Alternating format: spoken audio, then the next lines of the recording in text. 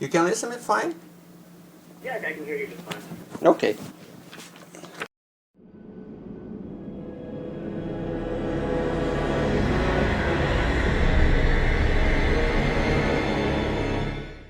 Bem-vindos a mais uma edição de Codex, uma edição muito especial porque eu tive a oportunidade de conversar com Ion Hazzikostas, Lead Design Encounter de World of Warcraft. E a gente conversou durante bastante tempo sobre o que vem por aí de World of Warcraft, o patch 5.3, mas não foi só isso. As mudanças do PVP, os cenários heróicos e também sobre o cerco Orgrimmar, essa próxima raid do patch 5.4.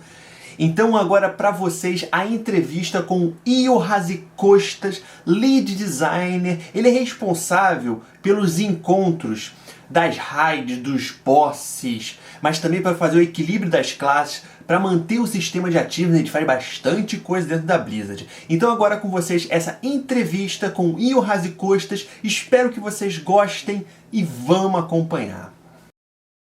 Thank you very much for this opportunity to talk to you guys and talk about the patch 5.3. And Good, my pleasure, no problem at all.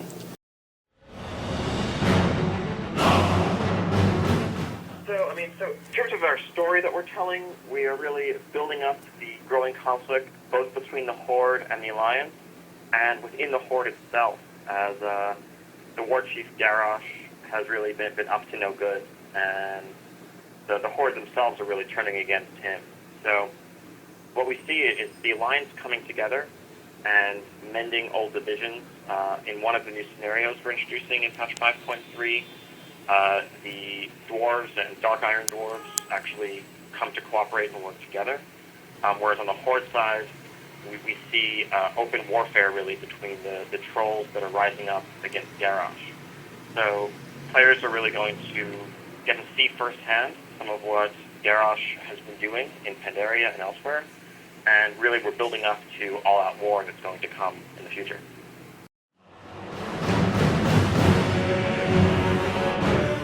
Yes, I think it's something that we would definitely like to keep doing. We always need to, we try to strike a balance between creating content that's going to be a permanent addition to the game world, so that the world is growing always larger and larger with more to do, but at the same time also telling stories. And part of that is living, being in a living world that changes around you, and it means that some things that are available today will be gone tomorrow. And so if players want to experience this moment in Warcraft history, they can log into patch 5.3 and play through this stage of the conflict. But in the future, the story is going to be in a different place, and this won't be going on. So hopefully it'll become a memory that players talk about going forward, and we'll be able to create new events and new content like this in the future.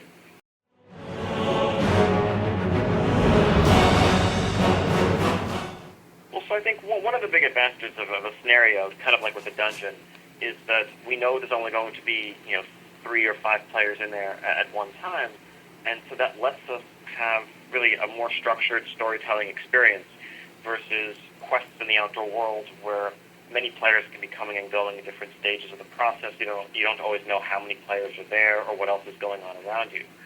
So if we want to lead players, for example, through the excavation of a mine underground in the Vale of Eternal Blossoms, in the Dark Heart of Pandaria scenario in 5.3, we can do that, and we can tell a very directed story from start to finish as players begin with this exploration and end up discovering one of the great secrets of Pandaria.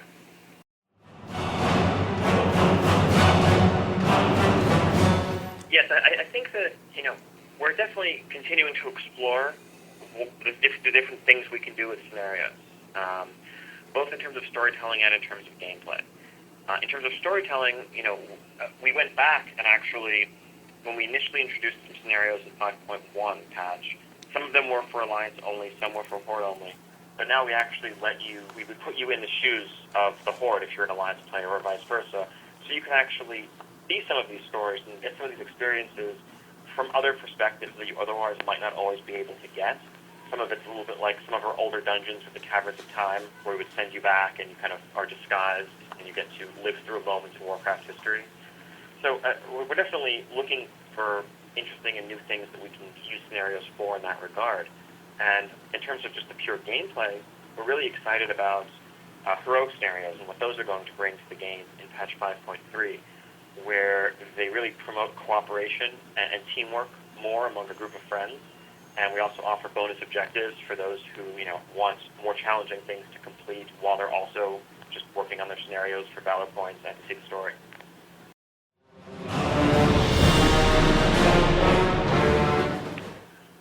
Yes, I mean, it's definitely, I think the biggest difference in the feel of PvE in a scenario is that there isn't necessarily a tank or a healer.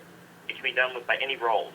So 3 DPS players can get together into the scenario, which really changes a lot of our assumptions about how players are going to approach the content, right? When we make a dungeon boss or a raid boss, we assume there's a tank holding the boss in place, a healer's healing the tank, and then damage dealers are doing damage. But in a scenario, combat can be much more dynamic. There's a lot more movement through people hold aggro, you're using crowd control, you're using some of your other survival abilities that you don't necessarily have reason to use. So it's very different, and we're excited to bring that different sort of play style to players through our scenarios.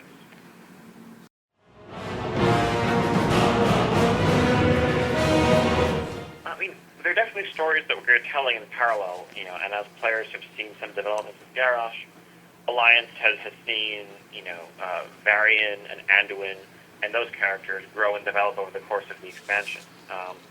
In 5.3, the story that we're telling is largely focused on the area around Orgrimmar. It's happening in Durotar and happening in the Barrens. But there are parallel Alliance and Horde quest lines and objectives in both of those areas. So whereas Horde players are going to work with Vol'jin and the Darkspear Trolls, Alliance players are actually going to infiltrate the area right around Orgrimmar, working with SI7, the Alliance spy masters. And they can sort of work and do some intelligence and spy work to get more information about what Garrosh is doing. But this is all going to, what this is leading up to, which players will see in patch 5.4, is going to be a much more, open conflict. And I think there, one of the moments that Alliance players have been looking forward to for a long time, and that I think they can get excited about, is the opportunity to actually attack the capital city of the Horde. And that's where this is really going in the long run. So Alliance players are going to get to invade the city of the Horde, and that should be pretty exciting for them.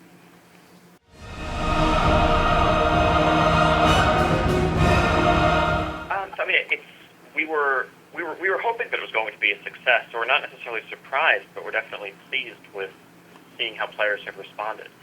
It was something that we let invitations to the Brawlers Guild kind of come out into the world slowly initially, because we wanted to make sure that we didn't have a situation where thousands of players all went there at the same time and it overloaded the servers or caused a bad experience. But as more and more players have had a chance to experience the fights and the content, we've definitely been happy to hear their reactions. I think it's a lot of fun to fight these bosses one-on-one and to test your skills, but it's also a lot of fun to just stand around and watch. And it's a very social experience where you're kind of cheering for the person who's currently fighting and watching what they do, because maybe you'll need to fight that boss in the future if it's not one that you've seen yet. So all of that is very cool. And we're definitely happy to be able to use it as a vehicle to add new content to the game going forward. It's not something that I think we're going to update every single patch, but it's something that we plan to continue supporting for a long time to come. As players get new gear, gain new abilities, become stronger, we always want to provide more challenges for them. And it's a very unique type of gameplay. It's this one-on-one test of skill, and we think they're a lot of fun. We plan to keep supporting it.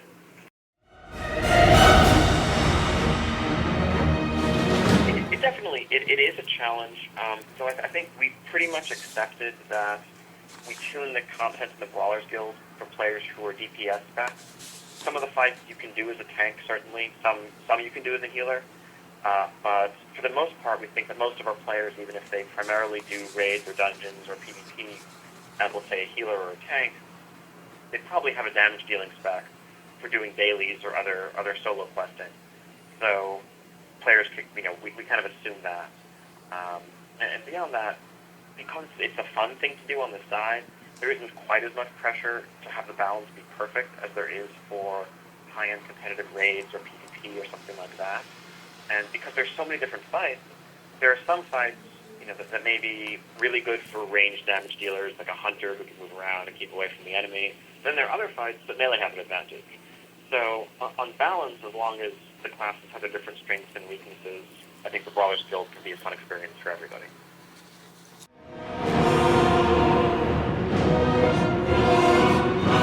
So the goal really is to get more people into PvP and to lower barriers to entry for players who haven't yet participated in battlegrounds or arenas and want to give it a try. I think currently, with base resilience of 40%, but then lots of other resilience on the gear, as is the case in patch 5.2 in the live servers today, a player who is just getting into PvP for the first time, doesn't yet have PvP gear, has very low resilience, and the result of that is that their initial experience is that they die very quickly, very frequently. And if they can put up with that for a few weeks, they get all their honor gear, now they can actually have fun and be competitive. But it's not really good to ask our players to have an experience that's not fun in order to really get into PvP. So by raising base resilience and instead relying on PvP power to be the thing that makes PvP gear optimal, we lower the barriers to entry. Someone who's just done LFR can take their PvE gear from LFR into a battleground, and while a PvP player is going to do more damage than them, they'll both have around the same survivability. So they won't have the experience of, a rogue cheap shot them, and then next thing they know they're dead, because that's just really not fun for anyone.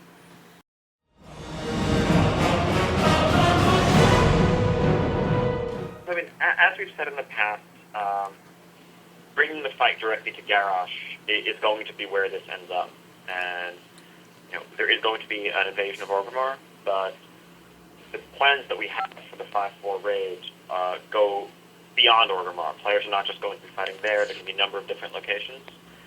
We're happy with how Throne of Thunder has played out on the live server so far. We're happy with the size of the raid overall. So I think we want to try to keep continuing to deliver raid tiers of about that size with about that same number of bosses. But once 5.3 is out there, we'll be moving on to 5.4. As the 5.4 PTR comes up, we'll have a lot more information to share, and we can really get into the details about what's going to be happening in the 5.4 patch. But that will be in the future. I think that's it. Do not take much of our time. No problem at all. Thank you very much. Thank you, guys. It's been great talking to you. Thank you. Thank you very much. Bye-bye. Bye. Bye. Espero que vocês tenham gostado dessa entrevista, assim como eu. A gente ficou sabendo um pouco mais do que vem por aí no patch 5.3 e não só isso, o que a gente pode esperar do cerco, Orgrimmar, a raid final de Mist of Pandaria, onde a gente vai levar a guerra até o Garrosh, a gente vai depor o Garrosh, e a gente viu por essa entrevista que tem mais coisas, vai ter bastante surpresa, a gente pode aguardar muitas novidades sobre essa raid do patch 5.4. Então essa foi a entrevista num codex muito especial com Ion Hazzikostas, Lead Encounter Design de World of Warcraft. Espero que vocês tenham gostado, porque foi muito bom, foi muito legal trazer essas informações para vocês. Não esquece de seguir o Twitter do Codex, não esquece de visitar o blog www.ocodex.com.br, não esquece de dar um like na página do Facebook do Codex. Codex, obrigado por assistir.